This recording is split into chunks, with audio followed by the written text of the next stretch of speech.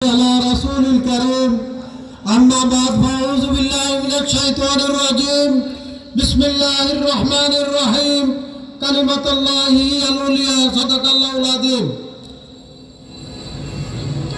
গণসংযোগ পক্ষ উপলক্ষে দেশব্যাপী গণসংযোগ পক্ষ পালনে জুড়ি উপজেলা কর্তৃক আয়োজিত আজকের এই দাওয়াতি সভার সম্মানিত আজকের প্রধান অতিথি সিলেটবাসীর সকল মানুষের হৃদয়ের স্পন্দন বিশিষ্ট শিক্ষাবিদ এবং সমাজসেবক বাংলাদেশ জামাতে ইসলামের কেন্দ্রীয় আমির জনাব ডাক্তার শফিকুর রহমান সাহেব আগমন উপলক্ষে মঞ্চে উপবিষ্ট প্রধান বিশেষ অতিথি হিসাবে সিলেটের মহানগরীর সম্মানিত আমির জনাব ফখরুল ইসলাম সাহেব, সিলেট জেলার সম্মানিত আমির জনাব হাবিবুর রহমান, জেলা জামাতের সম্মানিত আমির জনাব ইঞ্জিনিয়ার এম শাহেদ আলী সাহেব, জনাব নায়েব আমির জনাব মৌলানা আব্দুর রহমান সাহেব সহ বিভিন্ন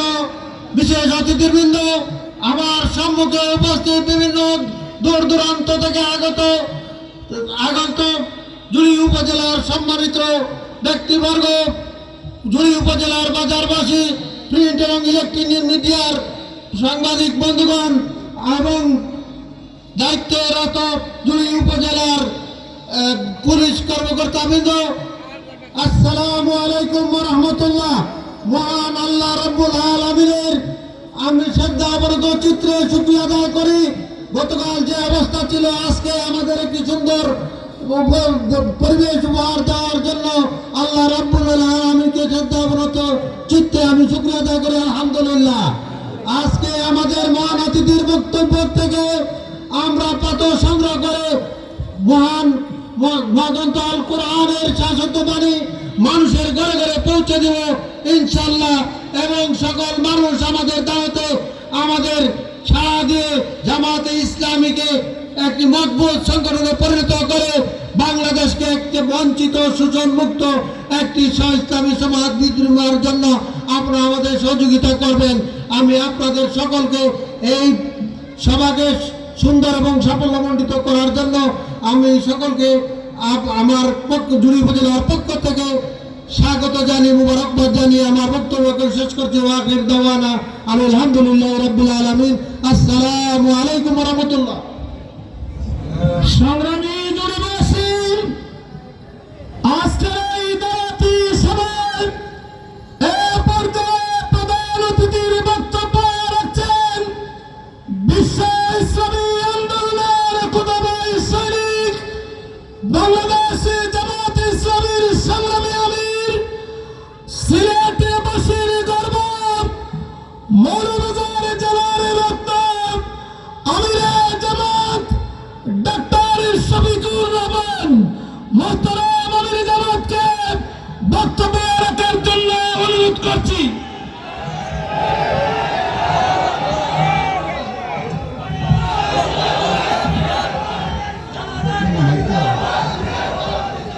মাইকেল মতলব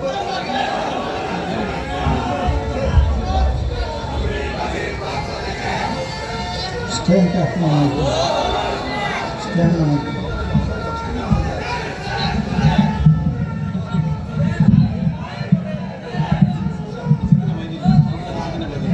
এবার ঠিক আছে।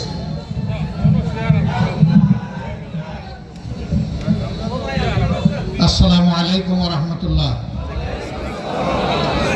খোলার ওয়েদার গরমের মাঝে আপনারা হল বালা আছেন তো? কারণ এর আগে আপনারা সভাপতি হিসাবে আমির সাহেব শুক্রিয়া আদায় করছেন। গতকাল বাইরে বৃষ্টি আছে, আর আসলে এই ধরনের একটা সবার খবরও গতকালকেও তারা পাইছেন বিকালের দিকে বা রাত্রে। এর মাঝে আল্লাহ আপনারা দোয়া কবুল করছেন, আল্লাহ একটা সুন্দর দিন দিছেন এবং এর সাথে একটু রোদ দেওয়া পরীক্ষা করা যে আমরা ধৈর্য ধরতাম পারি কিনা। তো মনে মনে আপনারা কইবা যে আপনি তো ছায়ার মাঝে আর আমরা রোদের মাঝে, ধৈর্য তো সমান হইল না। এখন বাংলাদেশের বৈষম্য বিরোধী আন্দোলন চলে, আর এই সময় বৈষম্য, আপনারা ছায়াত আমরা রোদিত, ইনশাল্লাহ আমি বেশ সময় কষ্ট দিতাম না। আলহামদুলিল্লাহি রাব্বিল আলামিন ওয়াসসালাতু ওয়াসসালামু আলা রাসূলিহিল কারীম ওয়া আলা আলিহি ওয়া সাহবিহি ওয়া আহলি বাইতি আজমাইন, আম্মা বা'দ। বাংলাদেশ জামাত ইসলামী জুড়ি উপজেলা শাখা কর্তৃক আয়োজিত আজকের এই তাৎক্ষণিক সমাবেশের প্রিয় সম্মানিত সভাপতি, উপজেলা আমির, মঞ্চে বসা জামাত ইসলামের কেন্দ্রীয়, আঞ্চলিক, স্থানীয় নেতৃবৃন্দ, আজকের এই সভায় উপস্থিত আমার একান্ত প্রিয় জুড়িবাসী, প্রশাসনের দায়িত্বশীল ব্যক্তিবর্গ, সুধীমণ্ডলী, সাংবাদিক বন্ধুগণ, আল্লাহ তাবারক ওয়া তাআলার শুকরিয়া আদায় করে বহুদিন পরে উন্মুক্ত ময়দানে আপনাদের সামনে আল্লাহ তাআলা আমাকে হাজির হওয়ার, দাঁড়াবার, দুটি কথা বলার তৌফিক এনায়েত করেছেন। আলহামদুলিল্লাহ। আমি আপনাদেরই মানুষ। 2001 সালে এখানে আপনাদের দোয়া নিয়ে নির্বাচন করেছি। সেই নির্বাচনকালীন সময় বহু বাড়িতে গিয়েছি, থেকেছি, আদর আপ্যায়ন পেয়েছি, ভালোবাসা পেয়েছি, দোয়া পেয়েছি। এর কোনোটারই ন্যূনতম কোনো বিনিময় দেওয়ার শক্তি আমার নাই। আমি আমার মাবুদের কাছে দোয়া করি, আল্লাহ যেন তার উত্তম বিনিময় দুনিয়া এবং আখিরাতে আপনাদেরকে দান করেন। এর উসিলায় আল্লাহ যেন এখানকার মানুষ, সমাজ, এখানকার জনগণের মর্যাদা বৃদ্ধি করে দেন। বাংলাদেশ আমাদের প্রিয় দেশ, ছোট্ট দেশ, বিপুল জনশক্তি। আমরা সমাজটাকে শুনতে পারিনি, সাজাতে পারিনি। তবে পাশের উপজেলা বড়লেখা এবং কুলাউড়ায় সামাজিক রাজনৈতিক দায়িত্ব পালন করেছেন। তারা যেখানে যে যতটুকু অবদান রেখেছেন, আমি তার জন্য তাদেরকে ধন্যবাদ জানাই। কোনো মানুষের পক্ষে একা সব কিছু করা সম্ভব নয়। সমাজের উন্নয়ন একটা ধারাবাহিক প্রক্রিয়া। উন্নয়নটা তখনই গতি পায়, শক্তি পায়, যথার্থতা পায় যখন উপযুক্ত মানুষের হাতে ওই দায়িত্বটা পড়ে। অতীতে যারা এই দায়িত্ব পালন করেছেন, অনেকেই জনগণের দেওয়া আমানত রক্ষা করেছেন, আবার অনেকে রক্ষা করতে পারেন। রক্ষা করেছেন, তাদের দ্বারা কিছুটা উপকার হয়েছে। যারা রক্ষা করতে পারেননি, বাহ্যত কিছু উপহার হলেও সমাজের ক্ষতি হয়েছে বেশি। আজকে এই সমাজে মদ, মাদকতা, আমাদের যুব সমাজে ঘরে ঘরে বিভিন্ন বিচ্ছিন্নতা, সমাজে অশান্তি, চতুর্দিকে অপমান এবং যন্ত্রণা সমাজকে চাদর দিয়ে ঢেকে ফেলেছে। এই অবস্থা থেকে জাতি মুক্তি চায়। প্রধানত যে কারণে সমাজে এ খারাপ অবস্থার সৃষ্টি হয়, মূল কারণটা হচ্ছে আল্লাহর সৃষ্টি মানুষ যখন আল্লাহকে ভুলে যায় এবং আল্লাহকে ভয় করে না, তখনই সমাজে বিপর্যয় দেখা দেয়। এই যে মাথার উপর সূর্য, এটার জন্ম কি আজ থেকে 100 বছর আগে হয়েছে? যেদিন থেকে দুনিয়া, সেদিন থেকে এই সূর্য প্রত্যেক দিন ভোরবেলা পূর্ব দিকে উঠে মাশরিকে, ডুবে গিয়ে মাগরিবে পশ্চিম দিকে। এই অবস্থা দুনিয়া যতদিন টিকে থাকবে ততদিন চলবে। তবে শেষ দিন, কিয়ামতের দিন, সূর্য আর পূর্ব দিকে উঠবে না। সেদিন আল্লাহরই হুকুমে সূর্য উঠবে পশ্চিম দিকে। আর সেই সূর্য যখন মাথা বরাবর চলে আসবে, তখন দুনিয়া তছনছ হয়ে যাবে। দুনিয়ার কোনো অস্তিত্ব তখন আর থাকবে না। তো সূর্যের শক্তি কি আমাদের মতো নাকি একটু বেশি? 9,30,00,000 মাইল দূর থেকে এই সূর্য আলো দেয়। এই আলো আমরা এখন সহ্য করতে পারছি না। মনে হচ্ছে যেন চামড়া পুড়ে যাচ্ছে যারা বসে আছেন, ঠিক না? এই তেজের মালিক কে? সূর্যকে এই শক্তি কে দিয়েছেন? আল্লাহ রাব্বুল আলামিন। দুনিয়ার সমস্ত প্রাণী সূর্যের পেটের মধ্যে ঢুকে যাবে, ঢুকে একদম ছাই হয়ে যাবে। সূর্য এত বড় এবং এত শক্তিশালী, সেই শক্তিশালী সূর্য আল্লাহর হুকুম মানতে বাধ্য। সেইটা বলে না, বলতে পারে না যে এতদিন ধরে জম্মু থেকে পূর্ব দিকে উঠছি, এবার থেকে পশ্চিম দিকে উঠলে কেমন লাগে, এখন আমি আগামীকাল আর পূর্ব দিকে উঠবো না। এই কথা বলার কোনো শক্তি সূর্যের নেই। আল্লাহর সৃষ্টিতে মানুষ ছাড়া, জিন ছাড়া যত জাত আছে, সমস্ত জাতকে আল্লাহ তার হুকুমের বাধ্যগত অনুগত করেছেন। আল্লাহর হুকুম মানতে বাধ্য। কিন্তু এই দুইটা জাতকে আল্লাহ তাআলা স্বাধীনতা দিয়েছেন, তার সাথে তাদেরকে ভালো মন্দ পরখ করার জন্য বিবেক দিয়েছেন। আল্লাহ বলে দিয়েছেন এটি মন্দ, এটি ভালো। এটি নবীদের পথ, এটি ভালো মানুষের পথ, এটি সমাজ সংস্কারের পথ, এটি শান্তির পথ, এটি সম্মানের পথ, এটি জান্নাতের পথ। আর আরেকটা পথ তার উল্টা দিকে আছে, অশান্তি, অপমান, যন্ত্রণা, দুর্নীতি, দুঃশাসন, ঘরে ঘরে হাহাকার, আত্মহত্যা, চতুর্দিকে চিৎকার। সেই পথ চলে গেছে জাহান্নামে। আল্লাহ তাও নবী এবং কিতাব দিয়ে আমাদেরকে জানিয়ে দিয়েছেন, যারা আল্লাহর নবীদের পথে চলেছে, আল্লাহর কিতাবের হাত ধরে বুকে নিয়ে চলেছে, তারা দুনিয়া সম্মানিত হয়েছে। যেই যুগের দেশের মানুষেরা আল্লাহর হুকুম ছেড়ে দিয়েছে, নফসের হুকুমে চলেছে, শয়তানের আনুগত্য করেছে, সেই সমাজে সব ধরনের শয়তানি, ইবলিসি এবং সব ধরনের বিপর্যয় নেমে আসে। হযরত লূত আলাইহিস সালামের সমাজ তার নিকৃষ্ট উদাহরণ।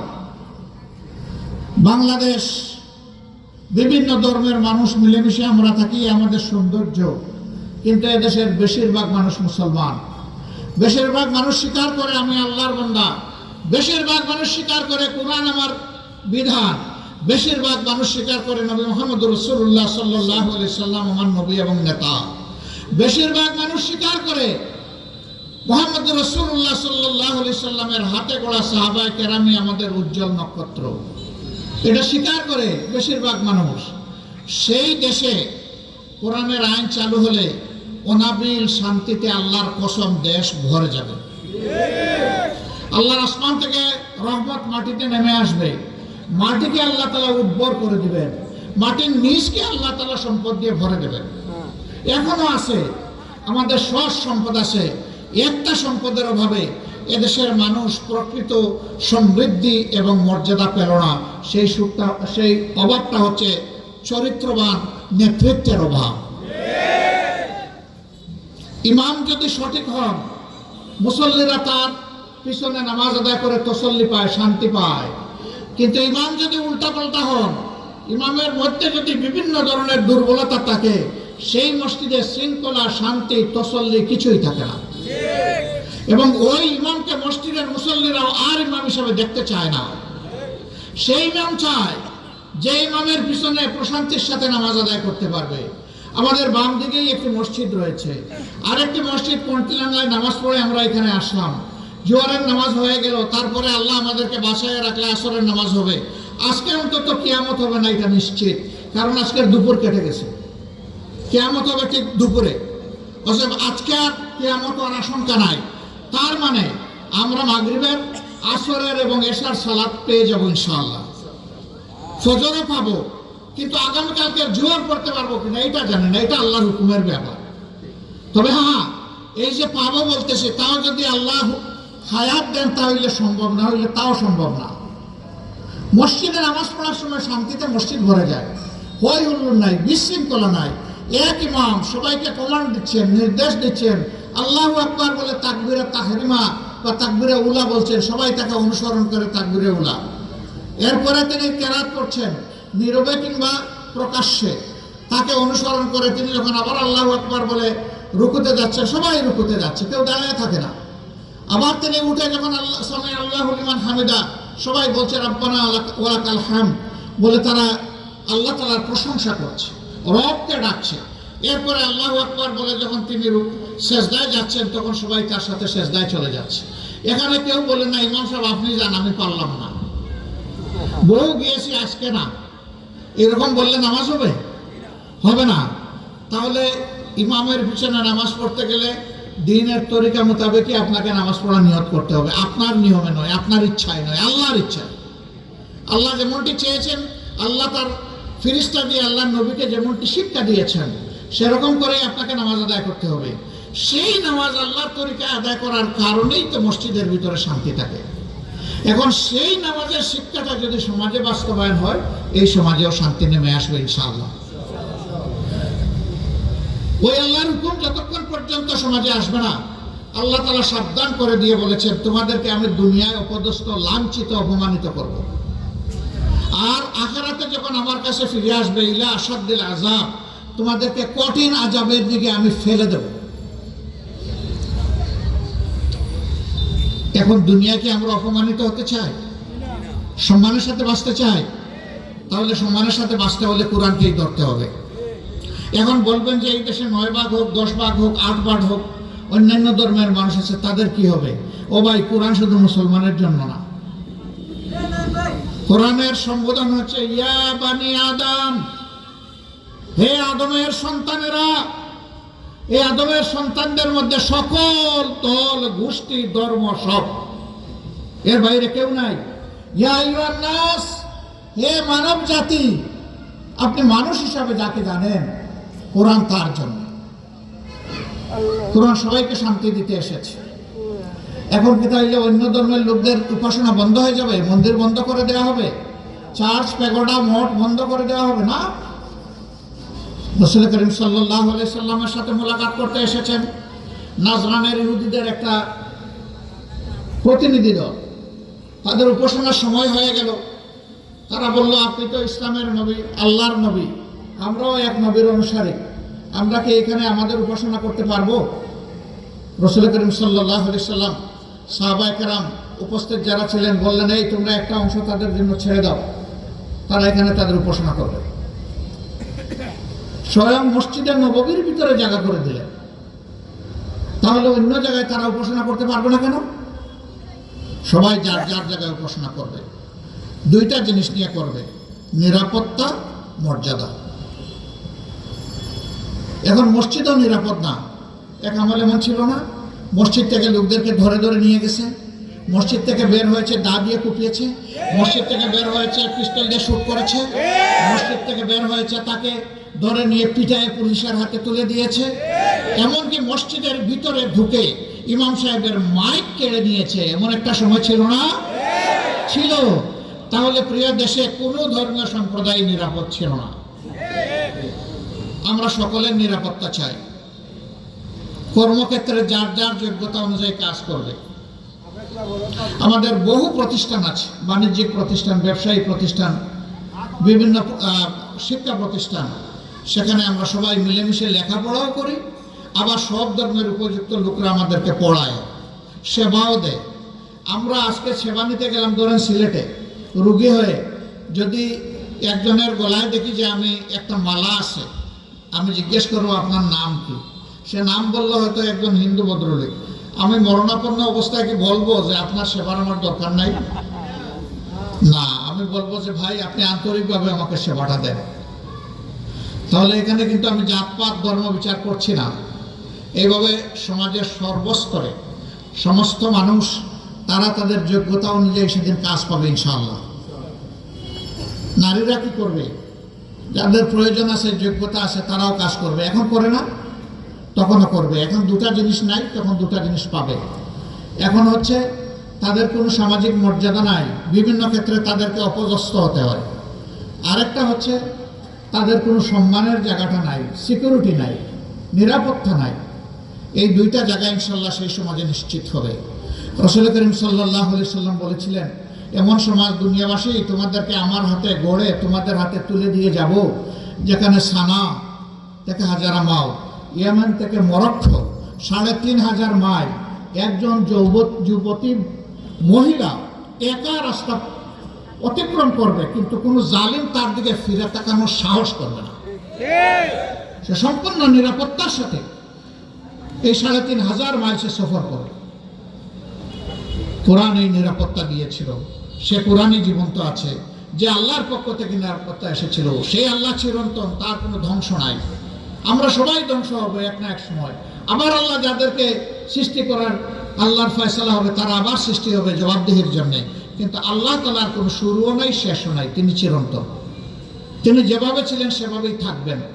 আসুন আমরা সেই আল্লাহর দিকে রুজু করি। আমরা সেই আল্লাহর দিকে সকল দল ধর্মের মানুষকেই ডাকতে এসেছি।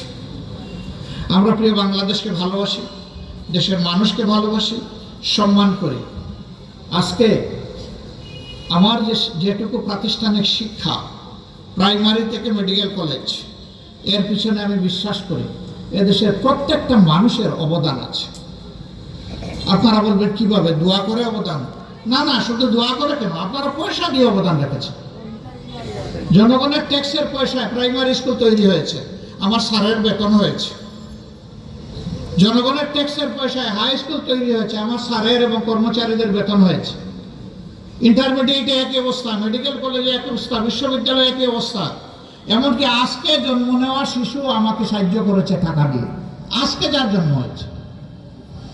কারণ তার জন্মের আগে মা বাপ তার জন্য কিছু কাপড় চোপড় কিনে রাখে, ওই কাপড় কিনতে গেলে বেড দেওয়া লাগে, লাগে না? ওই বেডটাই ট্যাক্স, সেই টাকা দিয়ে ওখানে জমা হয়। অতএব আমাকে এটা বিশ্বাস করতে হবে যে সমস্ত মানুষের কাছে আমার দায়বদ্ধতা আছে, আমি সব মানুষের কাছে ঋণী, সারা দেশবাসীর কাছে ঋণী। আমরা আমাদের সন্তানদের কলেজের ভিতরে সেই শিক্ষাটা ঢুকিয়ে দিতে চাই, যাতে তারা উপলব্ধি করে যে তার বেড়ে ওঠার পিছনে গোটা জাতির অবদান আছে, এবং তার উপর সামাজিক যখন যেখানে যে দায়িত্ব আসবে সে বাধ্য মানুষকে সম্মান করতে, মানুষকে ভালোবাসতে। এইভাবে রাষ্ট্রের কর্মচারী কর্মকর্তারা যখন, রাজনৈতিক নেতারা যখন, প্রধানমন্ত্রী থেকে শুরু করে গ্রামের মেম্বার পর্যন্ত এই অনুভূতি যখন জাগ্রত হবে, এই সমাজটা কেমন হবে এবার চোখ বুঝে চিন্তা করেন। সেই সমাজটাই হবে মদানী সমাজের মতো। ঠিক ওই সমাজ হবে না, কিন্তু ওইটা ছায়া হবে ইনশাআল্লাহ। ওই ছায়াই যথেষ্ট আমাদের দুনিয়ার শান্তি এবং ইজ্জতের জন্য।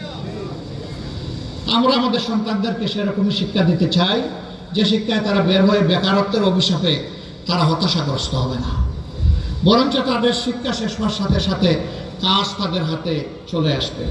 আর মনের আনন্দে দেশ জাতির পাশাপাশি নিজের পরিবার গঠনে তারা আত্মনিয়োগ করবে, দায়িত্ববোধ নিয়ে, আল্লাহকে ভয় করে। এমন একটি সমাজ গড়ার জন্যই আমরা লড়াই করছি। আমাদের লড়াই সব ধরনের চাঁদাবাজি, সব ধরনের অসততা, সব ধরনের দখলদারি, সব ধরনের দুর্নীতি এবং সব ধরনের দুঃশাসনের বিরুদ্ধে। এখন অনেকে চিন্তা করতে পারেন যে আমিও তো মাঝে মাঝে একটু এদিক সেদিক করে বলি, তো আমার কি হবে? না, সেদিন কারোই এদিক সেদিক করা লাগবে না ইনশাআল্লাহ। যখন ন্যায় বিচার সমাজে প্রতিষ্ঠিত হবে, প্রত্যেকটি নাগরিক তারা শান্তির সাথে বসবাস করবে। বলবে গরিবের কি হবে? যতদিন সে গরিব রাখবে ততদিন রাষ্ট্রের দায়িত্ব তার পৃষ্ঠপোষকতা দেওয়া। এক মহিলা তার অভুক্ত বাচ্চাদেরকে নিয়ে মরুভূমিতে এসেছেন। হযরতে উমর বের হয়েছেন রাতের বেলা তার জনগণের খবর নিতে। হঠাৎ করে দেখেন দূরে মিটমিট একটা আলো জ্বলছে গভীর রাতে। তার সঙ্গীকে বললেন, উঠ ওইদিকে চালাও, এত রাত ওখানে আগুন জ্বলছে, দেখতে হবে ওখানে কি। সেখানে গিয়ে দেখেন কতগুলো বাচ্চা চিৎকার দিয়ে কাঁদছে, আকাশ বাতাস কাঁপাই দিচ্ছে চিৎকার। আর এক মহিলা একটা হাঁড়ি পাতিলের মধ্যে কি নিয়ে নাড়াচাড়ি করতেছে আগুনের উপরে। পাশে গিয়ে উকি দিয়ে দেখেন যে ওখানে কিছুই নাই। জিজ্ঞেস করলেন, এই ঘরের ভিতরে কাঁদে কারা? বললেন, আমার অবশ্য শিশুরা। তা আপনি এখানে কি করেন? কয়ে যে আমি কি করব, আমি নিরুপায় হয়ে একটু হান্ডি নাড়াছাড়া করি, আর ওরা চিৎকার দিয়ে বলে পেটের কিদার জ্বালায় মরে যাব, মা কিছু খেতে দা।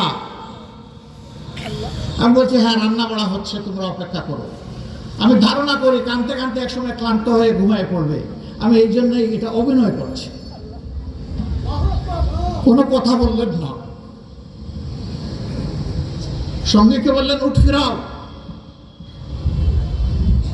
মদিনায় ফিরে গিয়ে খাজানায় ঢুকলেন, সেখান থেকে কিছু খাদ্যদ্রব্য নিলেন, নিজের ঘরে ফিরে গেলেন। স্ত্রীকে বললেন, পাকাও, এ খাদ্য তাড়াতাড়ি পাকাও, দেরি করবা না। পাকানো খাদ্যের বোঝা নিয়ে সঙ্গী বলতেছেন, আমিরুল মুমিনিন, এটা আমার দায়িত্ব, আমি আপনার কর্মচারী। তিনি বলতেছেন, আমার বোঝা আমারে বইতে দাও, হাসরে আমার বোঝা তুমি বইবা না। নিজের হাতে বাচ্চাদেরকে মাকে খাবার পরিবেশন করে বললেন, মা আপনি কালকে খলিফার অফিসে গিয়ে হাজিরা দেবেন, আপনার একটা ব্যবস্থা হবে। মহিলা চিৎকার করে বলে, বাবা আল্লাহ কি তোমার মতো একটা মানুষকে আমাদেরকে খলিফা দিতে পারলো না? ওই খলিফা ধ্বংস হোক, যেই খলিফা তার প্রজার খবর রাখে না, জনগণের খবর রাখে না, তোমার মতো একটা মানুষকে আল্লাহ খলিফা বানায় দাও। তিনি তার পরিচয় দেননি, চলে আসলেন। এরপরের দিন সময় মতো মহিলা গিয়ে হাজির। খলিফা দূর থেকে দেখে মিটমিট হাসছেন। এই মহিলাকে একজন জিজ্ঞেস করেছে, আপনি কাকে চান? বলে, আমি খলিফাকে চাই। একজন কালকে রাত্রে খলিফার অফিসে আসতে আমাকে বলেছে, আমি তার দপ্তরে এসেছি। বলে, ওই যে খলিফা? কোথায় খলিফা? এই তো দেখে গত রাতে যে গেছিল ওই লোকটা। বলে, মা, ইনি খলিফা। তিনি সব শুনে প্রতি মাসে তার জন্য বায়তুল মাল থেকে একটা পরিমাণ নির্ধারিত করে দিলেন এবং তার জন্য মাথা গুজার একটা ঠাইও করে দিলেন। যতদিন তোমার বাচ্চারা বড় না হবে, কাজের উপযুক্ত না হবে, তুমি বায়তুল মাল থেকে, খাজানা থেকে, রাষ্ট্রের তহবিল থেকে এটা নিয়মিত প্রত্যেক মাসে পাও। অতএব এখান থেকে শিক্ষা হচ্ছে, যার কিছুই নাই তার দায়িত্ব রাষ্ট্রকে নিতে হবে। যার আছে সে আল্লাহর উপর ভরসা করে আল্লাহর রুজিতেই সন্তুষ্ট থাকবে। যার আছে সে তার প্রতিবেশীর দিকে তাকাবে, বন্ধুর দিকে তাকাবে, তার এলাকার মানুষের দিকে তাকাবে যারা কষ্টে আছে। এইরকম একটা কেয়ারিং সোসাইটি, একটা দরদি সমাজ আমরা বিল্ড আপ করতে চাই এবং এটা কেবল কোরআনের আইনের মাধ্যমে সম্ভব। আমার এই দাওয়াতে আপনারা কি কষ্ট পেয়েছেন? কোরআনের এই দাওয়াত কবুল করতে রাজি আছেন? আমরা সেই অমরি শাসন আবার বাংলাদেশে ফিরে আসুক, আমরা সেটা চাই। আমাদের লড়াই এই জন্যে। আমরা কেউ প্রেসিডেন্ট, প্রধানমন্ত্রী, মন্ত্রী, এমপি, গ্রামের মেম্বার, কাউন্সিলর, মেয়র, উপজেলা চেয়ারম্যান এগুলো হওয়ার জন্য লড়াই করছি না। আমরা লড়াই করছি মানুষের দুনিয়ার মুক্তি এবং আখিরাতের মুক্তির জন্য। আমাদের এই লড়াই ততক্ষণ পর্যন্ত থাকবে যতক্ষণ পর্যন্ত ধড় উঠানামা করবে, শ্বাস উঠানামা করবে, যতক্ষণ পর্যন্ত ধমনীতে রক্ত সঞ্চালিত হবে। আল্লাহ যেন ততক্ষণ পর্যন্ত এই লড়াই আমাদেরকে চালিয়ে যাওয়ার তৌফিক দান করে। আমরা সরকারে গেলাম না, এটা আমাদের ব্যাপার নয়।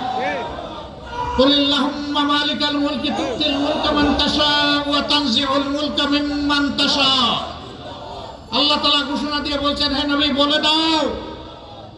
এই থামেন, আপনারা ভাই কে বলছে রে ভাই এই কাজ করতে? থামেন, আল্লাহ আপনাকে অনেক জায়গা দেন। আল্লাহ তাআলা বলছেন, হে নবী জানিয়ে দিন, ক্ষমতা দেওয়ার মালিক আমি, কারণ সমস্ত মলুকিয়ত বাদশাহী আমার, সমস্ত সৃষ্টির উপরে বাদশাহী আমার। আমার বাদশাহী থেকে কোনো জায়গায় ছোট ছোট বাদশাহী আমি দান করি, রাজত্ব আমি দান করি। আবার যখন ওই বাদশাহ, ওই রাজা, ওই শাসক আমাকে ভুলে গিয়ে সীমালঙ্ঘনকারী হয়, তখন আমি তার ঘাড়ে ধরি এবং তার হাত থেকে আমি ক্ষমতা সরিয়ে নিয়ে পরবর্তী যে যোগ্য তার হাতে তুলে দেই। কাজেই ক্ষমতার লড়াই এটি আমাদের দায়িত্ব নয়, বরঞ্চ মানবতার লড়াই আমাদের দায়িত্ব। আমরা সেই লড়াই চালিয়ে যাচ্ছি। সেই মানবিক বাংলাদেশ গড়ার জন্য আপনাদের বড় দোয়া, মায়া, ভালোবাসা দরকার।